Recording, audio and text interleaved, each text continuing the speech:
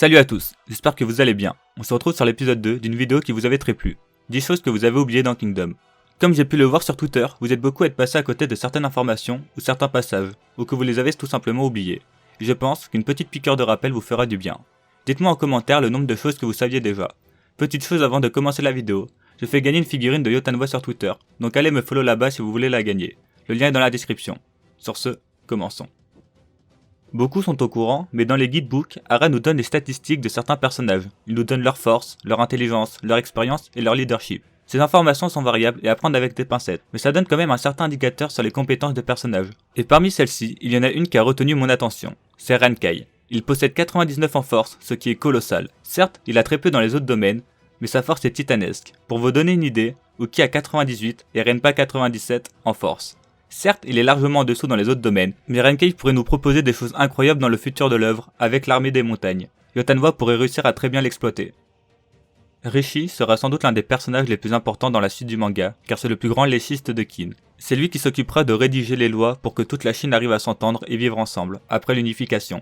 Ça sera quelque chose de très compliqué que seul lui ou Kanbishi peuvent faire. Kanbishi nous est d'ailleurs encore inconnu, il doit être d'un état dont on sait peu de choses. Jusqu'à maintenant, 3 des 4 piliers de Ryofui ont eu des rôles majeurs dans le manga. Rishi ne fera pas exception à la règle et nous sortira des moments très intéressants, car sans lui, ils ne pourront pas stabiliser le pays après l'unification. Quel âge ont Shin et Sei? La chronologie dans Kingdom est très compliquée à suivre, surtout au niveau des âges, car on n'en parle quasiment jamais. Mais on sait que Sei est né quelques mois après le massacre de Shuai, qui s'est fini en fin moins 260. On est actuellement en moins 233. Sei aurait donc 26 ou 27 ans. Quant à Shin, on sait qu'il a 26 ans. Il a donc le même âge que Sei. Il serait d'ailleurs temps pour lui de fonder une famille, mais je m'égare peut-être un peu. D'ailleurs, si vous avez des problèmes sur la chronologie dans Kingdom, j'ai déjà sorti une vidéo dessus. Où est Renpa? Certains l'ont oublié, mais Renpa s'est exilé de Zhao après que le roi Tuju lui ait enlevé le droit de faire la guerre. Il arrive donc à Wei, et après 3 ans d'inactivité, il se bat contre Qin, mais perd, et se fait exiler. Il va donc à Shu, où il est accueilli. La dernière fois qu'on l'a vu, il était prêt à aller sauver Zhao, et se battre contre Qin. Sauf que Kakukai refusa son aide car il a eu peur pour sa vie. Malgré son âge avancé, Renpa est en très bonne santé et risque de nous proposer des masterclass durant les batailles contre Shu.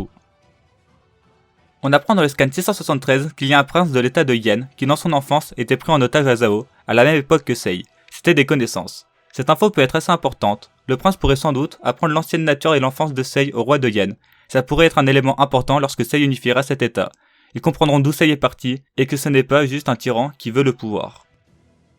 Si je vous dis Kuen, je pense que vous êtes beaucoup à ne pas voir de qui il s'agit. Je vais donc vous rappeler qui c'est.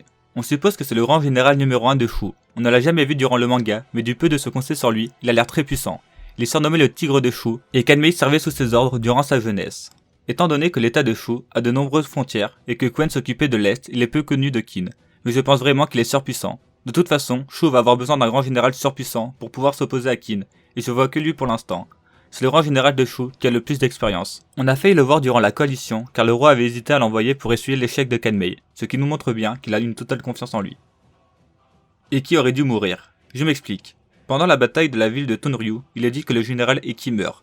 Mais Ara a décidé de l'interpréter comme « le général meurt à l'intérieur des murs », car Bi, le vrai nom d'Eki, signifie aussi mur en chinois. Ara peut donc faire mourir Eki quand il le veut. J'espère qu'il le fera mourir dans une scène assez triste pour voir Shin se mettre dans un état de fou.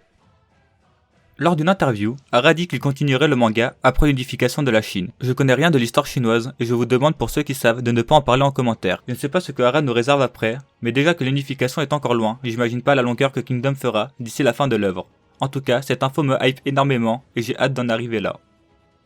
On apprend dans l'un des chapitres bonus que la famille Mu est l'une des plus influentes de Qin, et à cause de ça, Muten fut chouchouté durant toute son enfance et avait la flemme de réviser. Mais un jour, Kozen eut l'idée de lui faire apprendre ses leçons grâce à une femme magnifique. Muten révisa alors comme un fou et tout le monde se rendit compte de son talent. La femme alla se marier dans le sud. Muten fut dégoûté, mais il poursuivit dans la voie juridique. Il a maintenant le statut de juge d'état. Ça pourrait être important dans la suite de l'œuvre étant donné que Muten n'a pas forcément l'ambition d'être un grand général sous les cieux, comme Wuhan ou Shin. Et comme dernier fait, je tenais à rappeler que Usen est l'un des seuls, voire le seul personnage de Kingdom à demander aux adversaires qu'il a battus de rejoindre son unité. Comme on le sait, d'après les rumeurs, Usen a pour ambition d'être roi, et une trahison n'est pas à mettre de côté.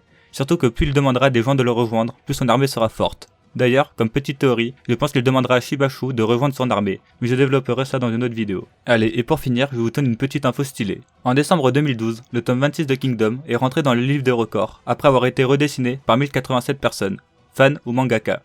D'ailleurs, parmi ces mangaka, on retrouve des dessins de Eiichiro Oda, l'auteur de One Piece, Kishimoto, l'auteur de Naruto, Inui, l'auteur de Vagabond et de Slam Dunk, pour ses œuvres les plus connues, ainsi que Araki, l'auteur de Jojo. J'espère que la vidéo vous aura plu. Dites-moi en commentaire si vous voulez un épisode 3. N'oubliez pas de vous abonner et de liker si ce n'est pas déjà fait. Sur ce, bonne journée.